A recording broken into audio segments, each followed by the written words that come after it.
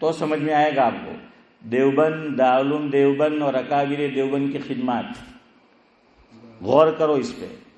اڑائے کچھ ورق لالے نے، کچھ نرگس نے، کچھ گل نے، چمن میں ہر طرف بکھری ہوئی ہے داستاں میری. چلو اب سن لو یہ شعر کیوں سنایا. دارالعلوم دیوبند میں بہت چوٹی کے استاد، بہت زبردست علمی استعداد اللہ تعالیٰ نے اس سے نوازا، حضرت مولانا نعمت اللہ صاحب اعظمی. اور ابھی میں نے جن کا تذکرہ کیا حضرت مولانا سلمان بجنوری دامت برکاتہم العالیہ، یہ حضرات انڈیا سے سفر کر کے فیجی پہنچے، نیوزی لینڈ سے آگے، شاید ہمارے چودھری صاحب جا کر آئے. تو وہاں وہ پہنچے. ایک بات تو یہ کہی کہ اتلو دور سے ہم کے بہی بہن پگ دکھی گیا. 14 گھنٹے کا سفر ہے، 14 گھنٹے کے فرمانے لگے کہ ہوئے، اور بیٹھ بیٹھ کے پاؤں بھی تھک گئے. ہم فیجی پہنچے دیوبند سے یہ حضرات، اور کہا کہ وہاں ہمیں ایک دارالعلوم نظر آیا.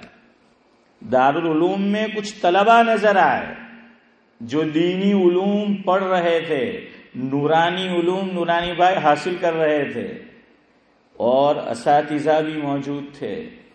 ہم نے جا کر استاد جی سے پوچھا کہ آپ کہاں سے پڑھے ہوئے ہیں، کون سے مدرسے سے پڑھے ہوئے ہیں؟ تو فرمایا کہ فیجی کا وہ دارالعلوم، اور فرمایا یہ دنیا کا آخری کنارہ ہے. یہ کیا ہے؟ دنیا کا، اقبال بھائی، آخری کنارہ ہے. ایک طرف کہتے ہیں کہ سب سے پہلے سورج وہیں سے طلوع ہوتا ہے، فیجی سے، اور پوری دنیا میں سب سے پہلے نماز فجر فیجی والے ادا کرتے ہیں. ہاں، سب سے پہلے فجر کی نماز دنیا بھر میں جو مسلمان پھیلے ہوئے ہیں وہ فیجی والے ادا کرتے ہیں. ہمارے گاؤں کے بھی ایک عالم نے بڑا عرصہ وہاں پر دینی خدمات انجام دی، حضرت مولانا بشیر احمد دیوان صوفی، ابھی حیات ہے دامت برکاتہم العالیہ، لیکن اب ان کی صاحبزادی صاحبزادہ پڑوس میں ہے وہ نیوزی لینڈ، تو اب وہاں پر وہ تشریف فرمایا. ایک عرصہ وہاں خدمت انجام دی، امامت کرائی، بچوں کو پڑھایا، مدرسہ پڑھایا، اور پھر جب عمر کا ایک حصہ گزر گیا تو اب اپنی اولاد کے ساتھ نیوزی لینڈ میں مقیم ہیں. تو وہ بھی فیجی میں تھے وہاں پر. تو یہ دونوں بزرگ فرماتے ہیں کہ ہم نے استاد جی سے پوچھا کہ آپ نے کون سے مدرسے سے پڑھا ہے؟ تو اسماعیل چچا انہوں نے جواب دیا دارالعلوم دیوبند سے. تو تب حضرت مولانا سلمان بجنوری دامت برکاتہم العالیہ فرماتے ہیں کہ یا اللہ تیری قدرت، یہ دنیا کا آخری کنارہ ہے جہاں سے سورج پہلے طلوع ہوتا ہے. تو نے دیوبند اور علماء دیوبند سے کیسی خدمت لی کہ وہاں سے پڑھے ہوئے طلبہ یہاں بھی خدمت کر رہے ہیں اور موجود ہے. اور وہاں پھر انہوں نے یہ شعر پڑھا اقبال کا، اڑائے کچھ ورق لالے نے، کچھ نرگس نے، کچھ گل نے، چمن میں ہر طرف بکھری ہوئی ہے داستاں میری. حضرت مولانا طارق جمیل صاحب دامت برکاتہم العالیہ سے میں نے خود سنا، حضرت نے فرمایا دنیا کا کوئی کھنڈ ایسا نہیں ہے کہ جہاں اللہ تعالیٰ تبلیغ کی برکت سے مجھے نہ لے گیا ہو. تبلیغ کی برکت سے پورے عالم میں گھما ہوں، ہر کھنڈ کے اندر جو ہے وہ میں گیا ہوں. کوئی کھنڈ ایسا نہیں ملا کہ جہاں دارالعلوم دیوبند سے فارغ التحصیل موجود نہ ہو اور دین کی خدمت نہ کر رہے ہو. جاوید بھائی، ہر جگہ ملے، یا تو بال واسطہ یا پھر بلا واسطہ. کیا مطلب؟ کہ ایک ہوتا ہے بال واسطہ، یعنی درمیان میں کوئی واسطہ نہیں ہے، ڈائریکٹ. اشفاق بھائی، تو ڈائریکٹ یعنی ڈائریکٹ انہوں نے دارالعلوم دیوبند سے پڑھا. اور بلا واسطہ کا مطلب ہے کہ دیوبند سے تو نہیں پڑھا، لیکن یہ جتنے بھی مدارس ہیں ہمارے وہ سب کیا ہے؟ برانچیز ہیں، شاخیں ہیں. کس کی؟ دارالعلوم دیوبند کی. تو وہ بھی فیض انہی کا ہے نا، وہ بھی فیض انہی کا ہے. تو پورے عالم کے اندر اسی طرح پیر ذوالفقار احمد صاحب نقشبندی دامت برکاتہم العالیہ کا ایک سفر ہوا ہے، کتابی شکل میں وہ سفر نامہ چھپ چکا ہے. اس کتاب کا نام ہے لاہور سے بخارا تا سمرقند، کتاب کا نام ہے. وہ فرماتے ہیں کہ یہ جن جن علاقوں میں گیا، حالانکہ یہ علوم وہاں سے ہماری طرف آئے ہیں. حضور صلی اللہ علیہ وسلم تو مکہ مکرمہ میں مبعوث ہوئے، پھر صحابہ پھیلے، وہاں سے یہاں آئے ہیں. لیکن اب حالت یہ ہے ذاکر بھائی کہ جہاں سے آیا تھا، یہ آئے تھے دینی علوم، ان کو بھی فیض پہنچ رہا ہے دیوبند کے واسطے سے، دیوبند اور دارالعلوم دیوبند کے واسطے سے ان کو فیض پہنچ رہا ہے. طیب اردگان اللہ تعالیٰ ان کی عمر میں بعافیت برکت نصیب فرمائے.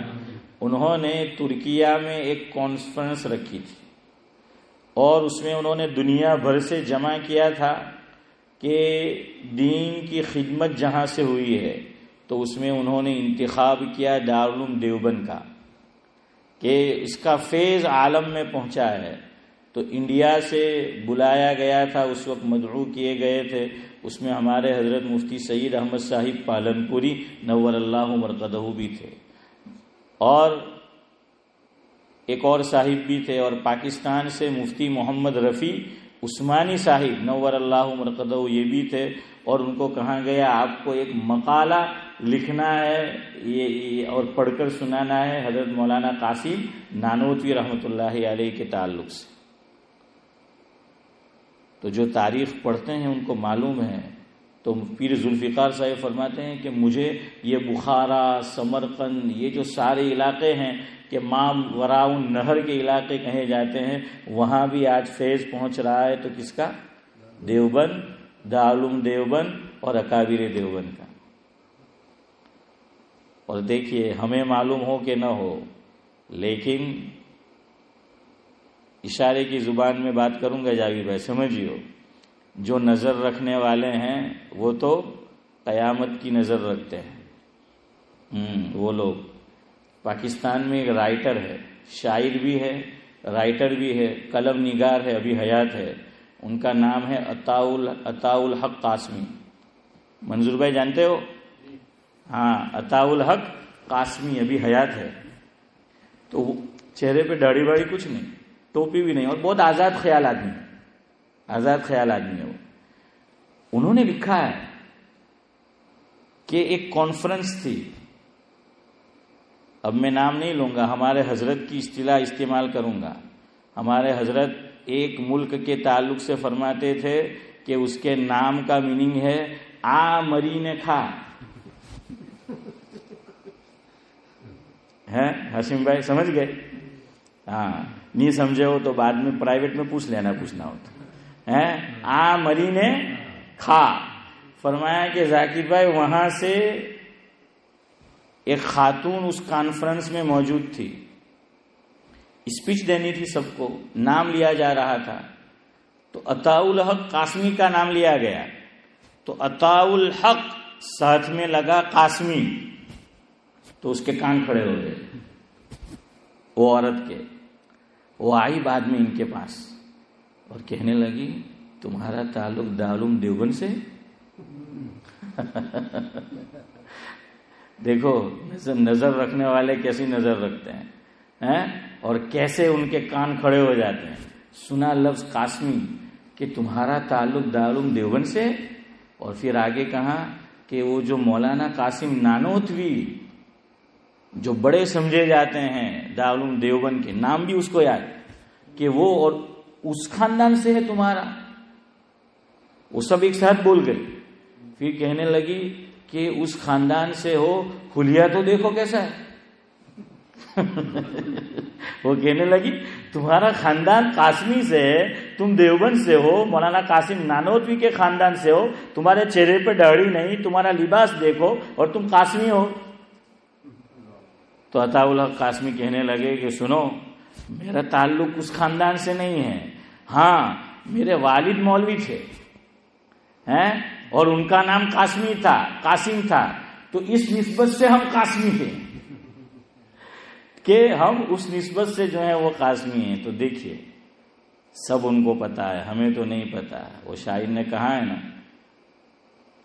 پتا پتا بوٹا بوٹا حال ہمارا جانے ہیں, پتا پتا بوٹا بوٹا حال ہمارا جانے ہیں, جانے نہ جانے تو گل ہی نہ جانے, جانے نہ جانے تو گل ہی نہ جانے, باغ تو سارا جانے ہیں.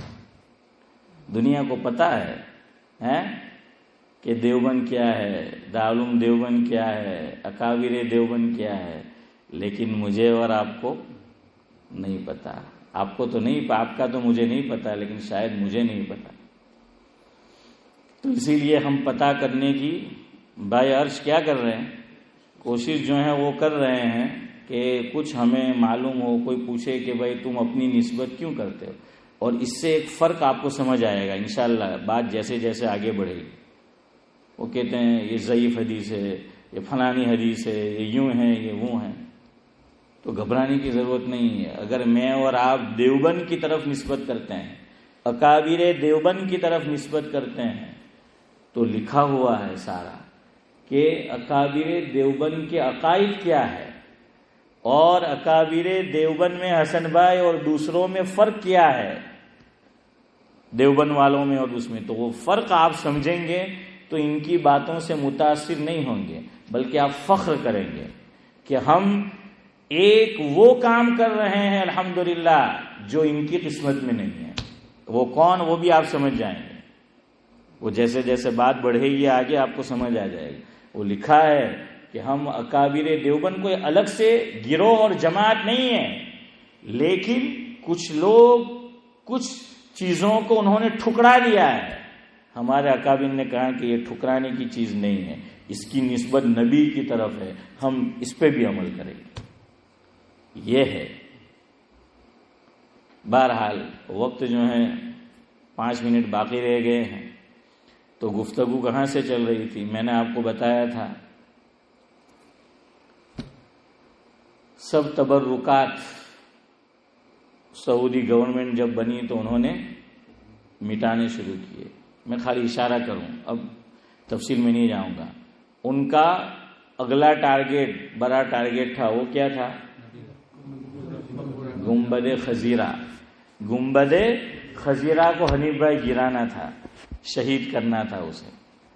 تو ہمارے علماء کا ایک گروہ وہاں پر پہنچا اور سلطان ابن سعود کے سامنے تقریر کی اور ان کو وہ دلائل دیے جو قرآن و سنت میں ہیں اور ان کو سمجھایا. ان کی سمجھ میں بات آ گئی اور یہ کہا کہ تمہاری باتیں میری سمجھ سے بالا تر ہے, میں اس کا احترام کرتا ہوں, مجھے بہت کچھ آپ سے سیکھنے کا ملا, لیکن اب میں آپ کو آگے ریفر کرتا ہوں اور آپ کو گفتگو کرنی ہے ہمارے یہاں کے جید اور چوٹی کے علماء سے. ان سے بھی گفتگو ہوئی. انہوں نے کیا کہا وہ انشاءاللہ اگلے بدھ کو آپ کو سنائیں گے, چونکہ وقت نہیں ہے. لیکن اتنا سن لے, آج یہ گنبد خزیرہ جو موجود ہے اور جہاں جا کر میرے اور آپ کے دل کو تسکین ملتی ہے, سکون ملتا ہے, ہم وہاں حاضری جو ہے وہ دیتے ہیں. اللہ تعالیٰ بار بار مجھے اور آپ کو وہاں پر لے جائے. یہ سب برکت ہے, مرہون منت ہے. کس کے؟ دیوبند اور اکابر دیوبند کے. اب آگے آئیے اور گفتگو ختم کرتا ہوں.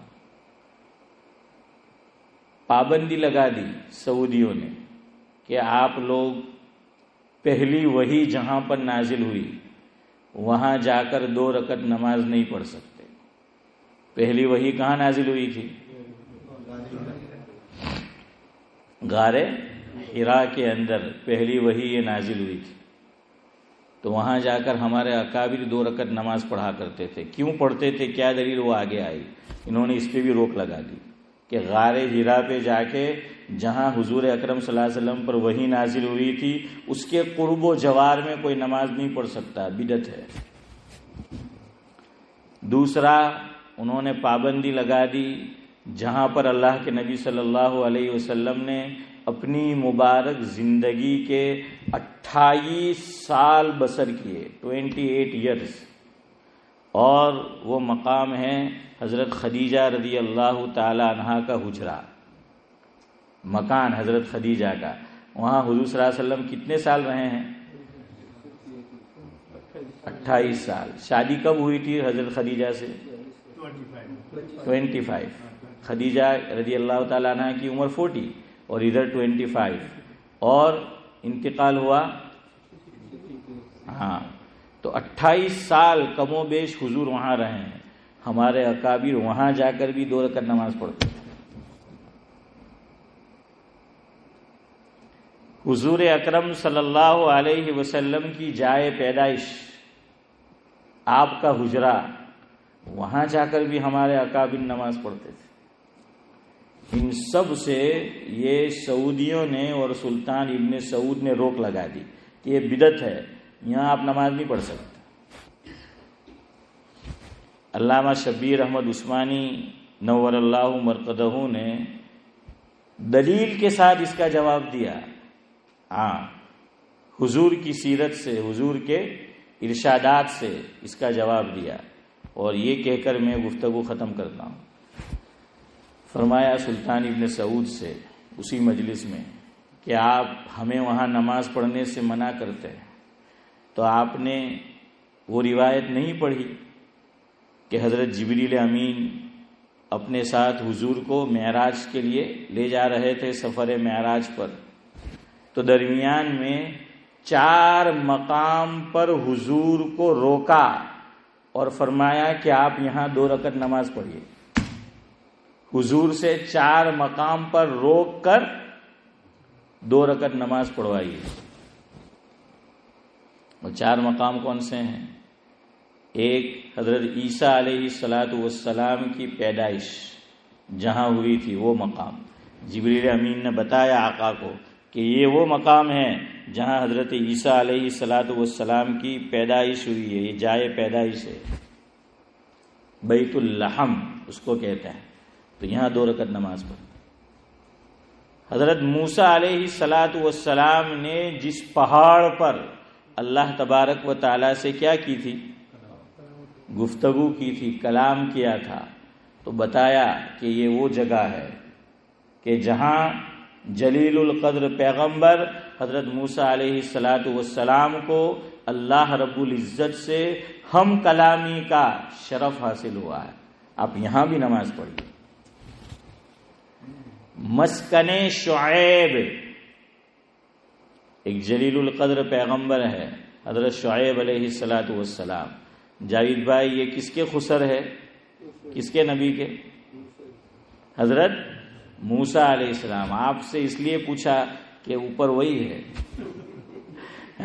اسی نام کے آدمی رہتے ہیں آپ کے، حضرت موسیٰ علیہ السلام نورانی بھائی، تو وہ ہم کلام ہوئے ہیں۔ چوتھی جگہ حضور کا جو مقام دار الہجرت بننے والا تھا، یہ پہلے نخلستان تھا، کیا تھے؟ درخت ہی درخت تھے کھجوروں کے، تو فرمایا چودھری صاحب کہ یہ آپ کی کیا ہوگی؟ ہجرت گاہ ہوگی، یہاں بھی آپ 2 رکعت نماز پڑھیے۔ تو فرمایا کہ جہاں پناہ، یہ میرا لفظ ہے، ہاں، کہ بادشاہ سلامت جب مسکن شعیب پر 2 رکعت نماز پڑھی جا سکتی ہے، اس پہاڑ پر 2 رکعت نماز پڑھی جا سکتی ہے جہاں حضرت موسیٰ علیہ السلام اللہ رب العزت سے ہم کلام ہوئے ہیں، حضرت عیسیٰ علیہ السلام کی جائے پیدائش پر 2 رکعت نماز پڑھی جا سکتی ہے، تو ہمارے آقا جہاں پیدا ہوئے وہاں کیوں نہیں پڑھی جا سکتی ہیں؟ عیسیٰ کی جائے پیدائش پہ پڑھی تو محمد کی جائے پیدائش پہ کیوں نہیں؟ مسکن شعیب پر، مسکن جانتے ہو نا، گھر، ہاں، رہنے کی جگہ، مسکن یعنی رہنے کی جگہ، تو وہاں پر تو ہمارے آقا 28 سال تشریف فرما رہے ہیں حضرت خدیجہ رضی اللہ تعالیٰ عنہ کے حجرے میں اور مقام پر، تو وہاں کیوں نہیں پڑھی جا سکتی؟ حضرت موسیٰ علیہ الصلوۃ والسلام جس پہاڑ پر ہم کلام ہوئے اللہ رب العزت سے، وہاں 2 رکعت نماز پڑھی جا سکتی ہے، اس پہاڑ پر کیوں نہیں پڑھی جا سکتی جہاں میرے اور آپ کے آقا پر سب سے پہلے وحی نازل ہوئی؟ تو ان کے سمجھ میں بات آ گئی. میرا بھی خیال ہے کہ آپ کی سمجھ میں بھی آ گئی ہوگی. اللہ تعالی ہم سب کو سمجھنے کی توفیق عطا فرمائے. آپ سمجھتے تو ہیں. آخری جملہ شرح صدر رکھے. મારો ને તમારો અકીદો ને ઈમાન આજકાલ મેડ ઇન ચાઇના જેવું. એમ પડ્યું તો ટ્વીટું ને એમ પડ્યું તો ટ્વીટું. એક વોટ્સઅપ આવી જાય ને આપણા બધા આટલા વર્ષો હસનભાઈ મુફ્તી સૈયદ અહમદ સાહેબ પાલનપુરીએ ખિદમત કરી, ઝહન બનાવ્યું, અહીંયા આવ્યા, દીન શીખાયું, એક વોટ્સઅપ પાણી ફેરી દે. બોલ આ છે આપણું ને આપણા અકાબીરે દેવબંદના હાથે લગાવ.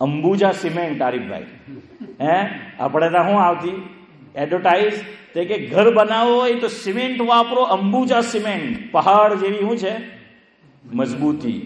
તો બહરહાલ